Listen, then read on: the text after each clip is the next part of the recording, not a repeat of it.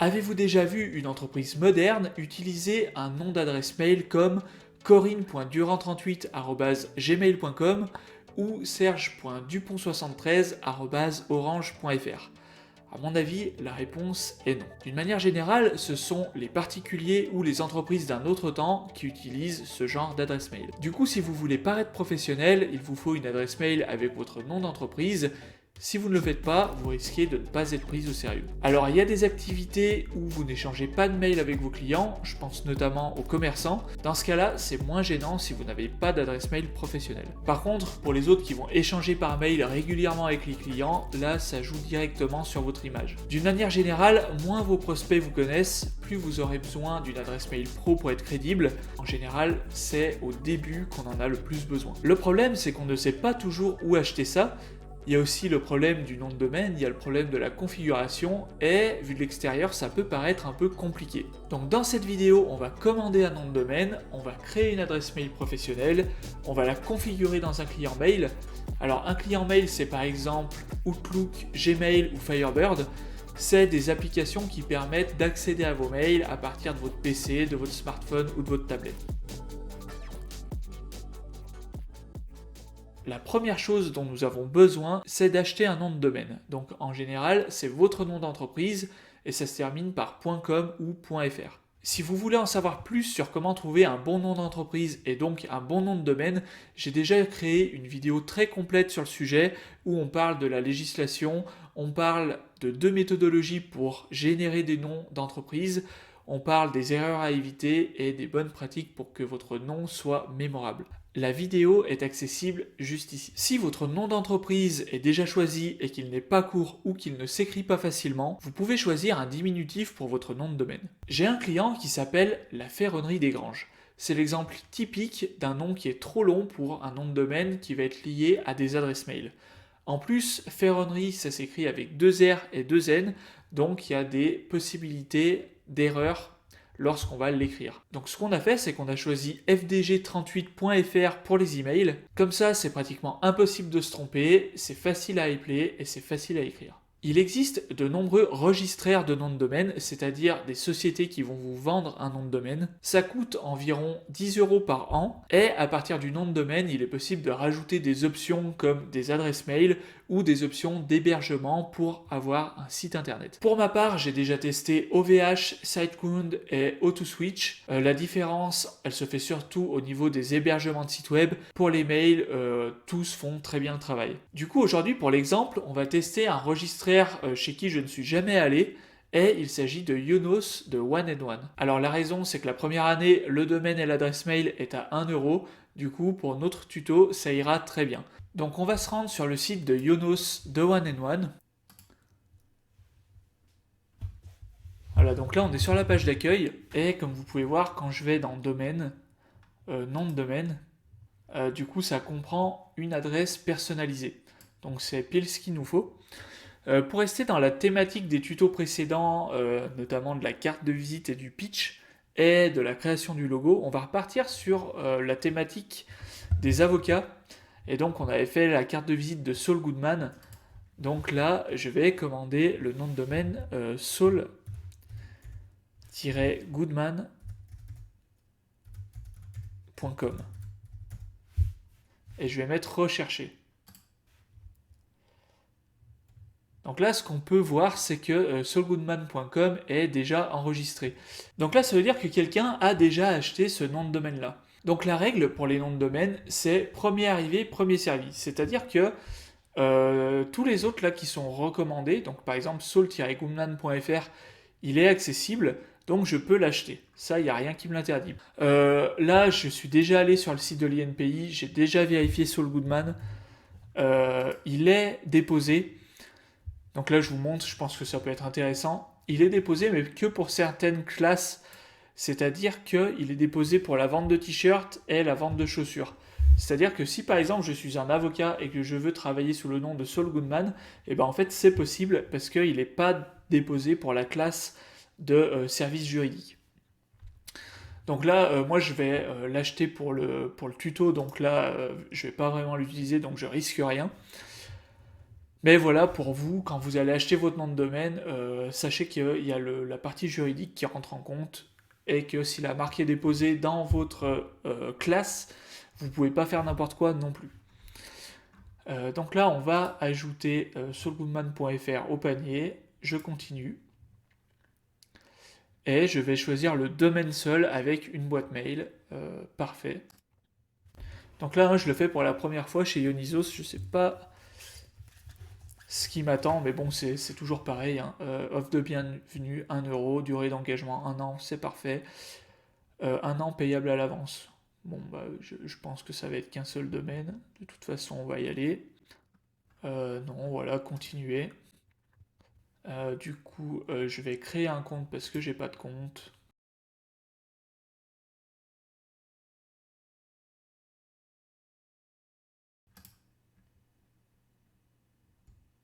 Hop, générer un mot de passe sécurisé. Donc ça, LastPass, c'est une extension qui vous permet de générer des mots de passe sécurisés et de les mémoriser pour vous.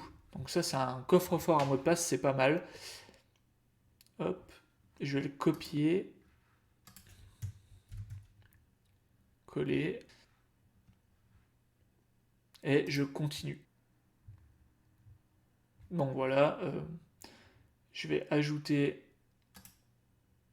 à mon LastPass.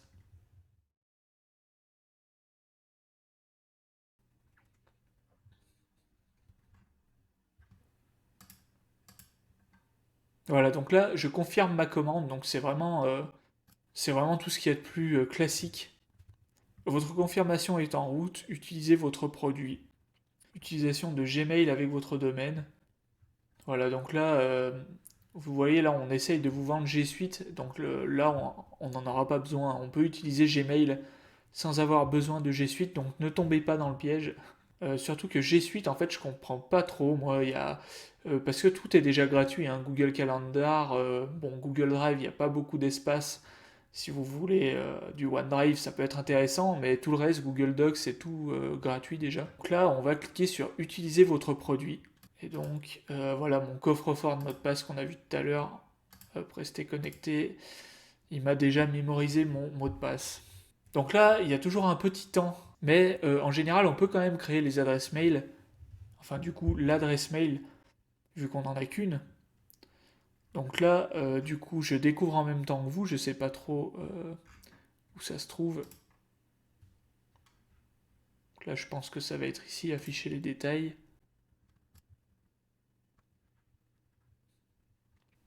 Donc là, voilà, adresse mail créée, vous avez. Donc là, je vais créer mon adresse mail. Voilà, email basique.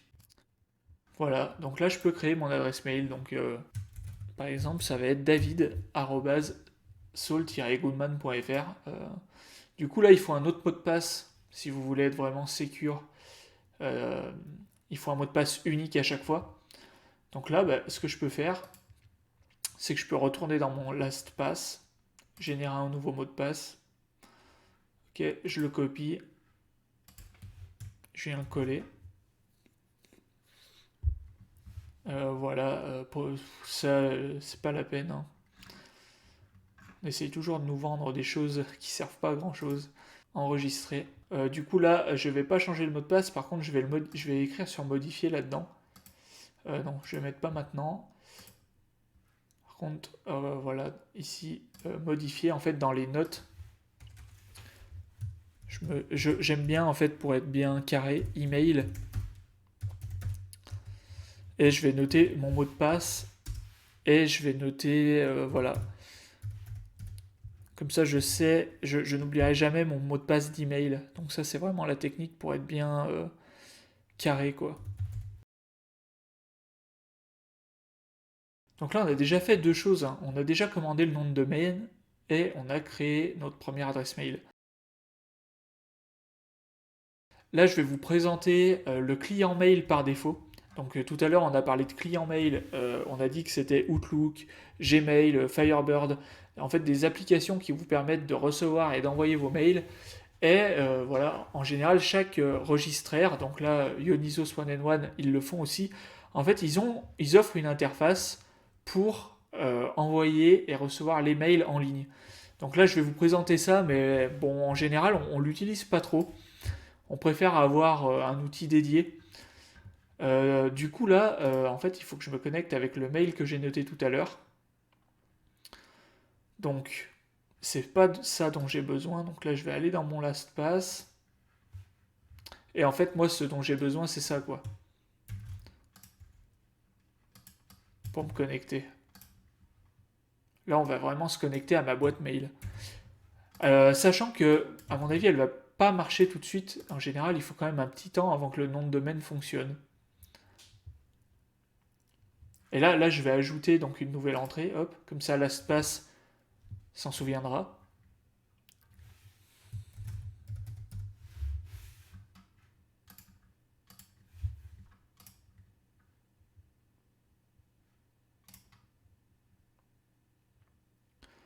Bon, là, je vais pas démarrer la visite parce que le but, c'est pas de vous présenter cet outil-là. Donc voilà, il faut savoir que chez n'importe quel registraire, vous allez toujours avoir un client mail en ligne qui est fourni avec. Donc là, bah voilà, Ionisos by One and One, ils ont créé le leur. Donc là, on peut voir qu'on a déjà reçu un mail. Donc ça veut dire que ça marche déjà. On va quand même faire un test. Mais bon, vous voyez, vous avez répondre à tous. La plupart du temps, les gens, ils aiment bien quand même utiliser le client mail qu'ils connaissent déjà. Vous voyez, là, je tape répondre. Il y a les options pour mettre en gras. Il y a les options pour faire des listes à puces. Voilà. Bon, après, si vous voulez vraiment séparer vos mails perso des mails pro, ça peut être une solution d'utiliser l'outil qu'on vous fournit avec. Au moins, vous n'avez pas de contrainte de vous mélanger les pinceaux ou de recevoir des mails le week-end. Ça, c'est à vous de voir. Voilà, après, bah, du coup, cette URL, vous pouvez certainement, voilà, c'est certainement compatible au mobile, hein, il faudra le tester, mais je pense que ça doit être fait pour. Mais voilà, la plupart du temps, moi, mes clients, ce qu'ils veulent, c'est que je leur mette sur un Gmail ou que je leur mette sur un Outlook, voilà, qui est un outil avec lequel ils ont l'habitude de travailler. Et du coup, bah, en fait, votre messagerie mail, vous pouvez la configurer chez n'importe quel client mail. Donc si vous êtes chez Orange, si vous êtes chez SFR, vous pouvez rajouter une adresse mail supplémentaire. Donc je ne vais pas pouvoir le faire pour tous. Nous, aujourd'hui, ce qu'on va faire, c'est qu'on va le paramétrer dans Gmail. Donc là, on va aller dans un Gmail. Donc je vais aller dans le mien, hein, il est vide. Et je vais vous montrer, par exemple, comment on peut paramétrer l'adresse mail dans un Gmail. Du coup, pour ça, en fait, on va avoir besoin des paramètres serveurs de Ionos. Et ça, du coup, je ne sais pas où ça se trouve. Donc, on va trouver ça ensemble. Donc là, je vais dans Gérer les adresses mail. Donc, je découvre en même temps que vous, hein. Gérer les adresses mail. Ok. Paramètres. Configuration. Configurer un logiciel de messagerie. Donc ça, c'est exactement ce que je veux. Je clique dessus. Donc voilà, là ils ont des configurations rapides, je pense, pour les smartphones Android, Thunderbird, voilà. Il n'y a pas Gmail, donc on va aller dans... sinon là en haut, j'étais passé à côté, informations relatives au serveur de messagerie POP IMAP, donc ça c'est pour paramétrer à la main. Donc là c'est ce qu'on va faire. Ça c'est un Gmail vide que voilà, avec mon compte Gmail que bah, j'utilise pas Gmail en fait, moi j'utilise Outlook. Mais du coup, là pour l'exemple, comme Gmail c'est un client mail qui est très utilisé, je vais vous montrer comment on peut le rajouter à un Gmail à côté de votre compte personnel par exemple, ou sur un nouveau que vous aurez créé pour l'occasion. Donc là je vais dans paramètres, paramètres, donc là à l'aide de la petite molette en haut à droite. Et donc là, il y a pas mal de choses. Et chez Gmail, dans compte et importation, en fait, c'est ici que je vais pouvoir envoyer des mails en tant que. Et là, je peux ajouter une adresse mail. Et donc là, je vais rajouter mon adresse mail david@saulgoodman.fr.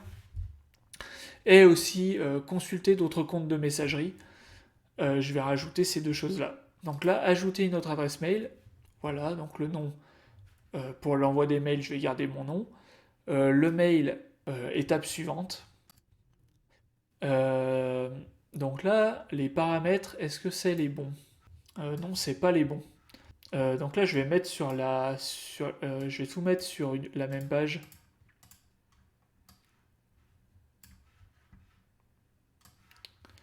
Hop.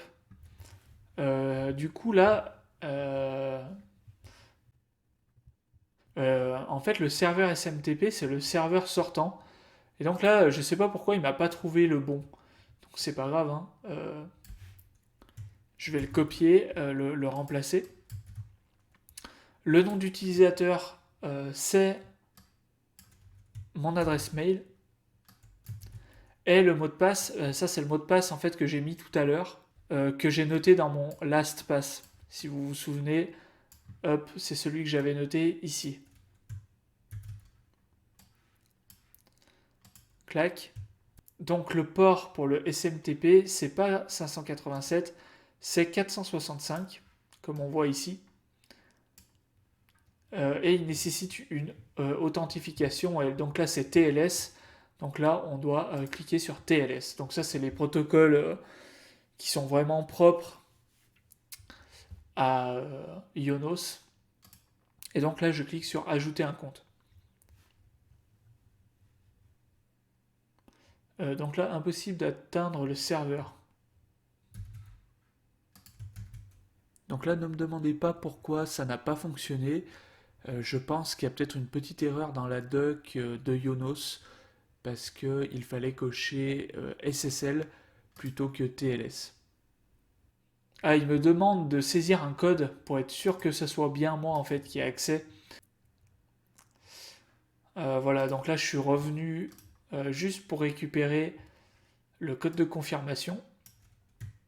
Donc là chez Gmail c'est un peu compliqué, mais bon, au moins vous voyez le plus compliqué. Ok, validé. Et du coup, je vais l'utiliser par défaut. Comme ça, quand je vais envoyer un mail, en fait, c'est pas davidarnaudjouffret@gmail.com qui va envoyer, ça va être automatiquement quand je vais faire nouveau david@soul-goodman.fr, sachant qu'après j'ai toujours le choix d'envoyer avec l'une et l'autre au dernier moment. Juste, c'est mon adresse par défaut.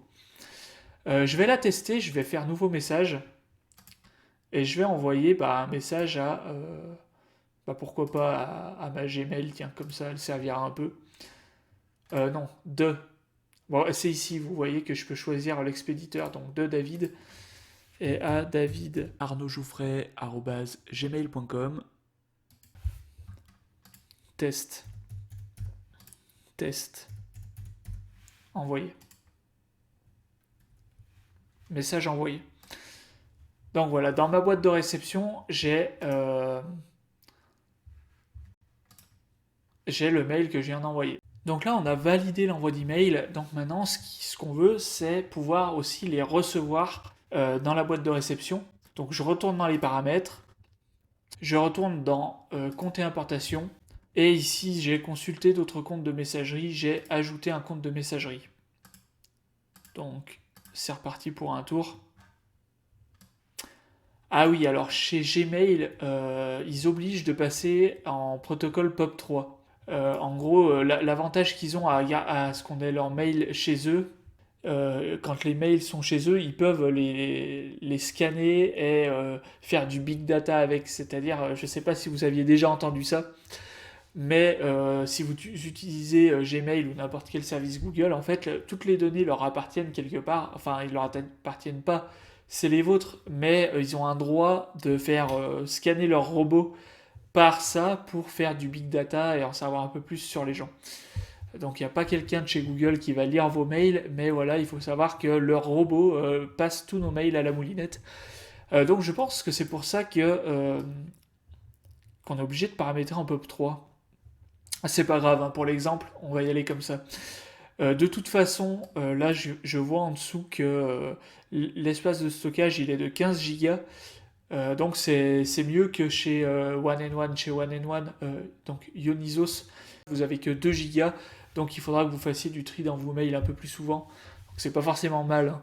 Mais voilà, si vous passez par le POP de Gmail, voilà, vous aurez 15 Go, donc c'est peut-être un peu mieux. Autre petite précision, comme vous paramétrez en POP chez Gmail, ça veut dire que vos mails vont être enregistrés chez Gmail.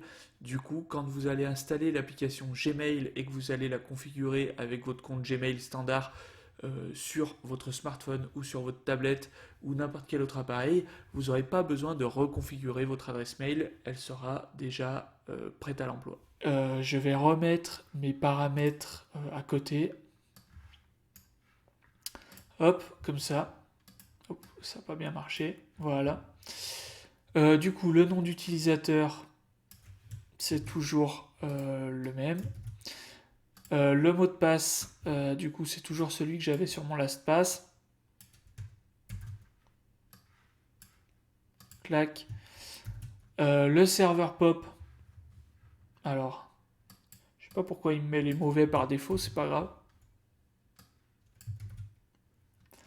Le port, c'est... Alors oui, du coup, là, on passe dans la colonne POP, hein. Donc le port, c'est 995. Le serveur POP, c'est celui-là. Ah ben c'était déjà le bon, là, ce coup-ci. Du coup, voilà, c'est en ça que c'est un peu plus compliqué, le serveur POP. Mais bon, bah c'est bien, hein, finalement, ça nous donne un exemple. Est-ce qu'on conserve une copie du message récupéré sur le serveur ou non? Donc là, si je coche la case, en fait, ça va laisser une copie chez One and One, donc Dionysos. Et du coup, euh, là, je vois pas trop l'intérêt, hein. Moi, je préfère, du coup, si on passe en pop chez Gmail, vu que c'est un truc qui est en ligne, là, je vais pas conserver de copie. Si par contre, vous paramétrez en pop, mais sur un logiciel, et que vous ne faites pas de sauvegarde en interne, là je conserverai une copie. Là en l'occurrence c'est chez Gmail, j'ai pas besoin de cliquer sur conserver une copie, je vais dire que ça efface automatiquement derrière. Vous devez toujours utiliser une connexion SSL, donc ça il faut cocher oui. C'est indiqué ici, port sortant SSL activé. Ajouter un libellé au message entrant. Donc ça je vais le cocher, vous allez voir ça va me mettre dans Gmail que ce message il est pour david@soul-goodman.fr et pas pour mon adresse de base david@gmail david.arnaudjouffret@gmail.com. Archiver les messages entrants sans passer par la boîte de réception, donc ça non, moi je veux que tout arrive dans ma boîte de réception. Et j'ajoute mon compte.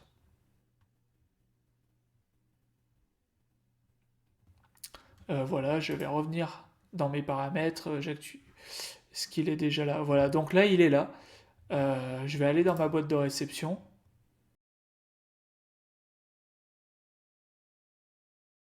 Là j'ai mon premier mail que j'ai reçu tout à l'heure. Donc il y a 1 heure. Donc oui, ça fait 1 heure que je tourne ce tuto. Euh, voilà, ça veut dire que ça marche. Je reçois bien mes mails. Ça les a téléchargés. Donc là, ça marche bien. Je vais quand même m'envoyer un message. Donc ça, c'est le test ultime. Je m'envoie un mail à moi-même. Du coup, je teste les deux. Je teste l'envoi et la réception. Donc comme ça, je suis sûr que les deux marchent. Test. Test. Hop. Et donc voilà, instantanément, je l'ai reçu.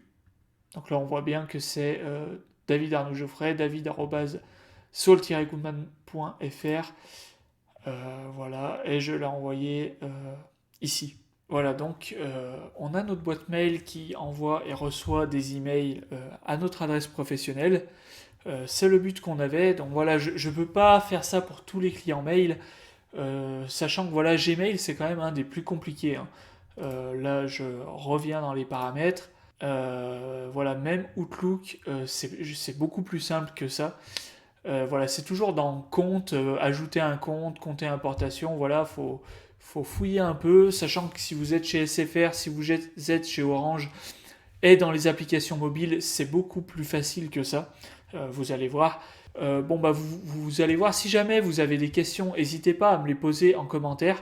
Si c'est urgent pour vous, je vous conseille plutôt de passer sur mon site internet par le forum. Gardez à l'esprit que cette vidéo, elle fait partie d'une formation plus globale, accessible sur mon site web. Tout est gratuit. Si vous voulez les fiches récapitulative, vous pouvez vous inscrire, mais voilà, c'est pas obligatoire. Merci beaucoup de m'avoir suivi jusqu'ici. À bientôt pour une prochaine vidéo.